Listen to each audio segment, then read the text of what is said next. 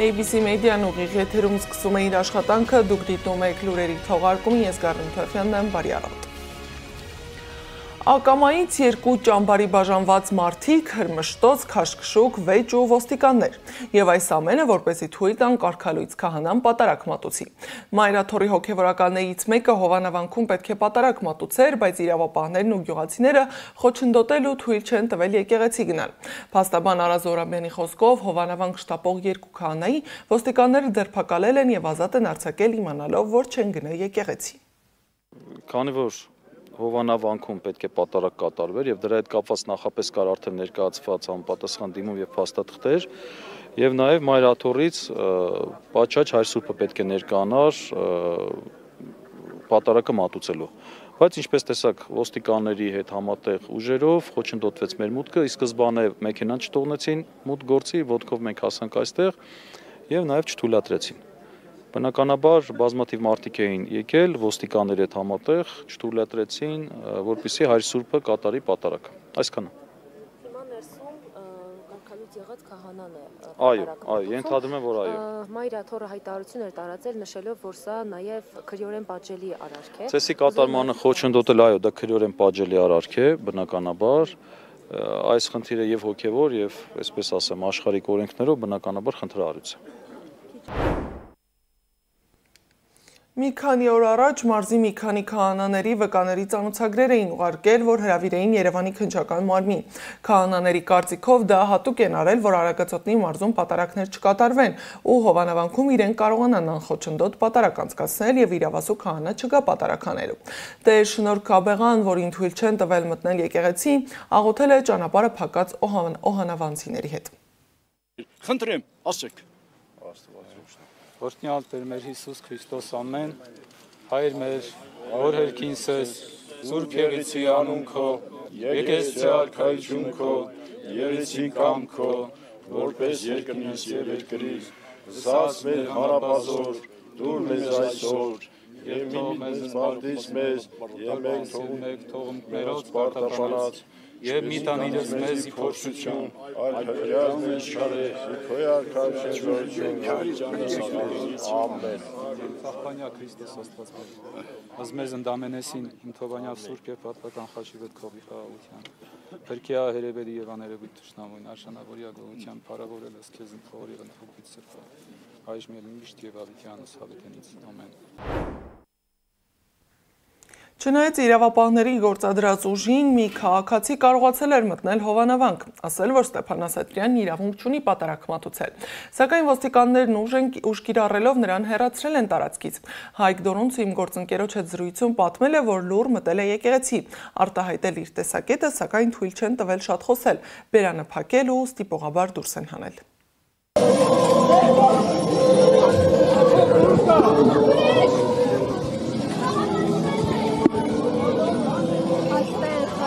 Սա դրանք տեղի ունեն։ Իրավունք չունիս։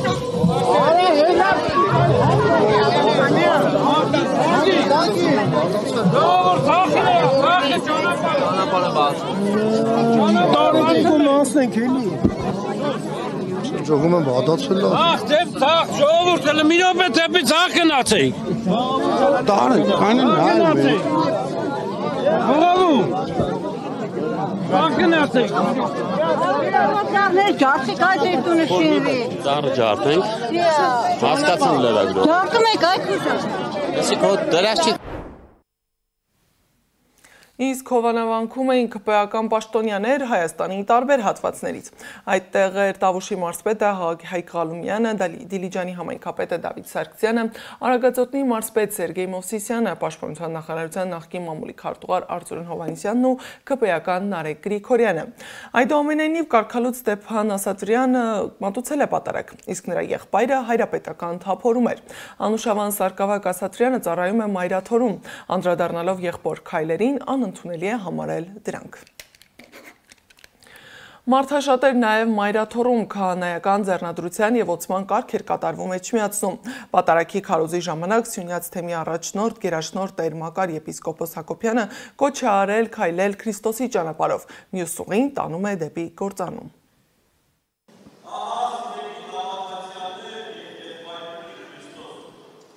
Ինչպես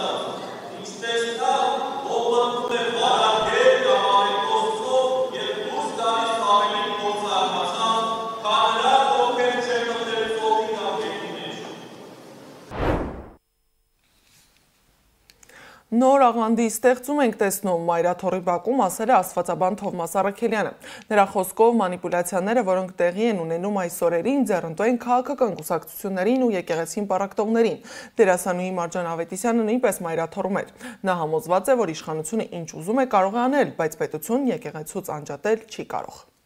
Այդ մարդիկ ակնհայտորեն չեն կիսում մեր եկեղեցու վարդապետությունը, հետևաբար հայոց եկեղեցում միաբանված են մեր հավատակից մարդիկ, այդ մարդիկ մեզ հավատակից չեն, հետևաբար ինչ միասնության մասին է խոսքը, սև ու սպիտակի մեր ժողովուրդը բաժանվել է 18 թվականին և ատելության մթնոլորտը անդադար խորացվում է և բնականաբար դա այսպես կառավարական մակարդակով ամեն օր հովանավորվող բան է բաժանումը։ Ուղղակի այդ բաժանումը չպիտի մտնի եկեղեցի, այո, իրենք հիմա եկեղեցում չեն և եկեղեցում չեն պառակտում, իրենք իրենց պառակտումը եկեղեցուց վերցրել տարել են դուրս։ Ես քայլերի հաջորդականությունը տեսնում եմ միայն եկեղեցու հետ համագործակցության շնորհիվ, որ եկեղեցու,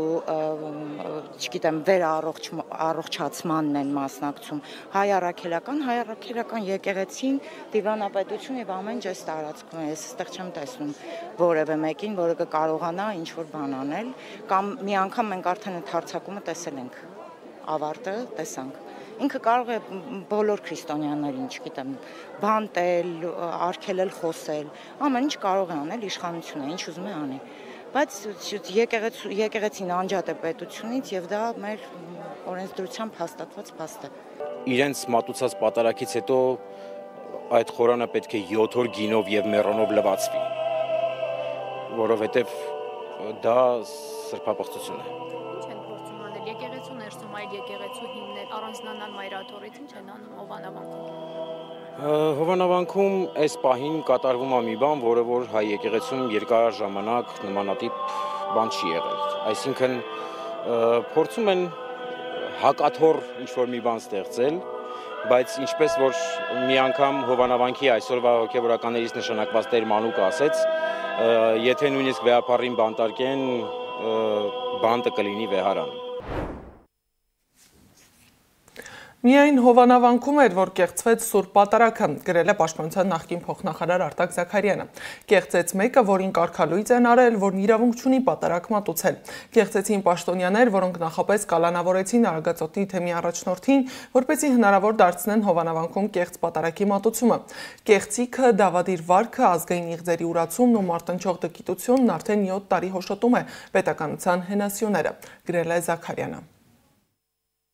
Կեղծեցին պետբյուջեից անվաստակ ծնվող և հայրենադավանությունն արդարացնող այն պաշտոնյաները, որոնք երբևէ որևէ պատարագի չէին մասնակցել, բայց այսօր Հուդայի դեմքով հայտնվել էին Հովանավանքում, Աստծո առջև հերթական մեղքը գործելու և Փաշինյանին քծնելու համար։ Առկա թերացումներն ու բացթողումները շտկելու փոխարեն գործող կառավարիչներն ուղղակի հոշոտում են այն ամենը, ինչը հանդիսացել է մեր ժողովրդի ազգապահպանության և ինքնության ձևավորման երաշխավորը։ Այսպես շարունակվելու դեպքում հայ առաքելական Սուրբ եկեղեցին փորձելու են մասնատել, այն վերածելով շարքային աղանդավորական կառույցի, պառակտելով ու խռովություն մտցնելով նրա հետևորդների միջև։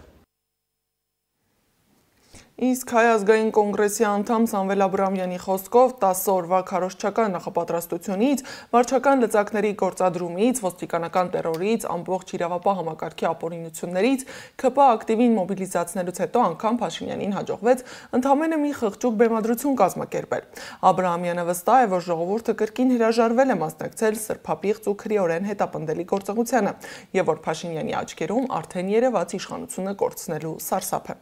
Իսկ նույն կուսակցության փոխնախագահ Լևոն Զուրաբյանն ասել է, որ Փաշինյանի և նրա հրահանգները ստացած ոստիկանության աջակցությամբ կարգալույծ քահանայի կատարած ծիսակատարությունը պետք է դառնար Փաշինյանի հանրահավաքային մեծության վերադարձի ազդանշանը և վեհարանի այսպես կոչված ազատազրկման սկիզբը, բայց տեղի ունեցավ սպասվածի հակառակը։ Հավաքված մի քանի 100 մարդիկ, մոտ 600-800 մարդ, մեծապես իշխանության տարբեր աստիճանների և մակարդակների ներկայացուցիչներ են և ոստիկանները։ Ժողովուրդն ակնհայտ բոյկոտեց անօրենին։ Փաշինյանը իհարկե պնդերես է և շարունակելու է իր գարշելի արշավանքը, որովհետև այս ամենի հետևում օտարածին օրակարգեր են, որոնց սպասարկումից դուրս գալու ելք նա այլևս չունի, բայց մեր հանրության համար միևնույն է, սա թեև փոքրիկ, բայց նշանակալից հաղթանակ էր։ Նիկոլ Փաշինյանը հոկտեմբերի 22-ին ազգային ժողովում հայտարարել է, որ Հովանավանքը, ինչպես բազմաթիվ այլ հուշարձաններ, գտնվում են կառավարության հաշվեկշռում, եւ մի քանի եկեղեցիներ անհատույց գործածման են տրված Հայաստանյաց առաքելական Սուրբ եկեղեցուն։ Հետքն է ուսումնասիրել թեման ու պարզել, որ Փաշինյանի պնդումը Հովանավանքի վերաբերյալ հիմք չունի։ Այլ կերպ ասած, նա ճիշտ չգիտի, թե ում է պատկանում Հովանավանքը, բայց առանց փաստերը ստուգելու շարունակել է թեման ու խոսել բարոյական եւ իրավական հիմքերով։ Հուշարձանները մայրաթոռից հետ վերցնելու մասին։ Լրատվականի հետաքննությունը ցույց է տալիս, որ Հովանավանքը բազմաթիվ եկեղեցիներ ու վանքեր սեփականության իրավունքով պատկանում են մայրաթոռին։ Հայ առաքելական եկեղեցին այս ամենը հավաստող ապացույց ունի։ Սեփականության վկայական կամ Փաշինյանի խոսքով կադաստրի թուղթ։ Համաձայն կադաստրի կոմիտեի տեղեկանքի Հայաստանյաց առաքելական Սուրբ եկեղեցի կրոնական կազմակերպությանն են պատկանում թե Հովանավանքի հողամասը, թե դրա վրա կառուցված շենք-շինությունները։ Հայաստանի առաքելական եկեղեցին այս իրավունքը կադաստրի կողմից պետական գրանցում է ստացել ավելի քան 20 տարի առաջ, 2005 թվականի մարտի 25-ին։ Հայ առաքելական եկեղեցին լինելով Հովանավանքի եւ մյուս վանքերի ու եկեղեցիների հողի եւ շենքի շինությունների օրինական սեփականատերը, դրանց հանդեպ ունի Հայաստանի Հանրապետության սահմանադրությամբ երաշխավոր իրավունքներ։ Սահմանադրության 60-րդ հոդվածն ամրագրում է. յուրաքանչյուր ոք ունի օրինական հիմքով ձեռք բերած սեփականությունն իր հայացողությամբ տիրապետելու, գործածելու եւ տնօրինելու իրավունք։ Այսինքն այն ամենը, ինչ այսօր անում է կարգալույծ արված Ստեփան Ասատրյանը, նրա պաշտոնյա եւ ոչ պաշտոնյա աջակիցների մասնակցությամբ իրականացվում է մայրաթոռին սեփականության իրավունքով պատկանող տարածքում։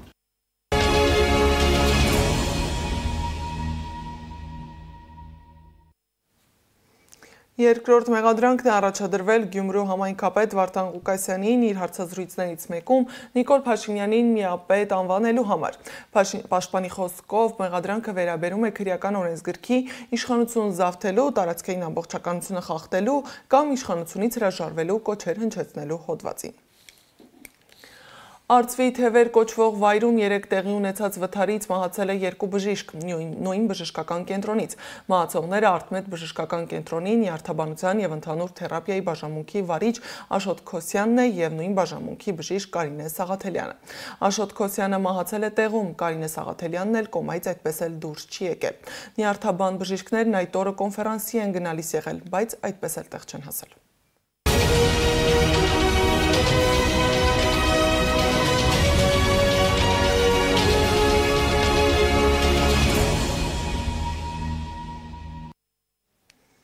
Աշխարհում տեղի ունեցողի մասին։ Վրաստանի ներքին գործերի նախարարության հրապարակած տվյալով վերջին 3 օրվա ընթացքում Թբիլիսիում ձերբակալել են 60 ցուցարարի, հանրահավաքների եւ ցույցերի իրականացման կանոնները խախտելու համար։ Չնայած բարեկային ոստիկանության անօրինական գործողություններից զերծ մնալու կոչերին, ցուցարարները փակել են ճանապարհները, խոչընդոտելով երթևեկությանը, ասված է հայտարարության մեջ։ Հիշեցնեմ, որ հանրահավաքների անցկացման կանոնները խախտելու համար այս տարվա հոկտեմբերի 17-ից կիրառում են նոր պատժամիջոց։ Վարչական կալանք 15 օրով։ Ռուսաստանի Դաշնության նախագահի մամուլի քարտուղար Դմիտրի Պեսկովի խոսքով ուկրաինական հակամարտությունը բարդ է եւ չի կարող լուծվել մեկ գիշերվա ընթացքում։ Անդրադառնալով ԱՄՆ նախագահ Դոնալդ Թրամփի բոլոր սուր ճգնաժամերը լուծելու հայտարարությանն, ասել է, որ դա միայն դրական զգացողություններ է առաջացնում, բայց երբեմն նման չափազանց շտապողականությունը կտրուկ հակասում է իրականությանը։ Փարիզի հռչակավոր Լուվրի թանգարանում տեղի ունեցած գողության համար իրավապահները ձերբակալել են 2 մարդու։ Կասկածյալներից մեկին ձերբակալել են հոկտեմբերի 25-ին, երբ պատրաստվում էր օդանավ նստել եւ լքել Ֆրանսիան։ Երկրորդ կասկածյալին ձերբակալել են Փարիզի մոտակայքում։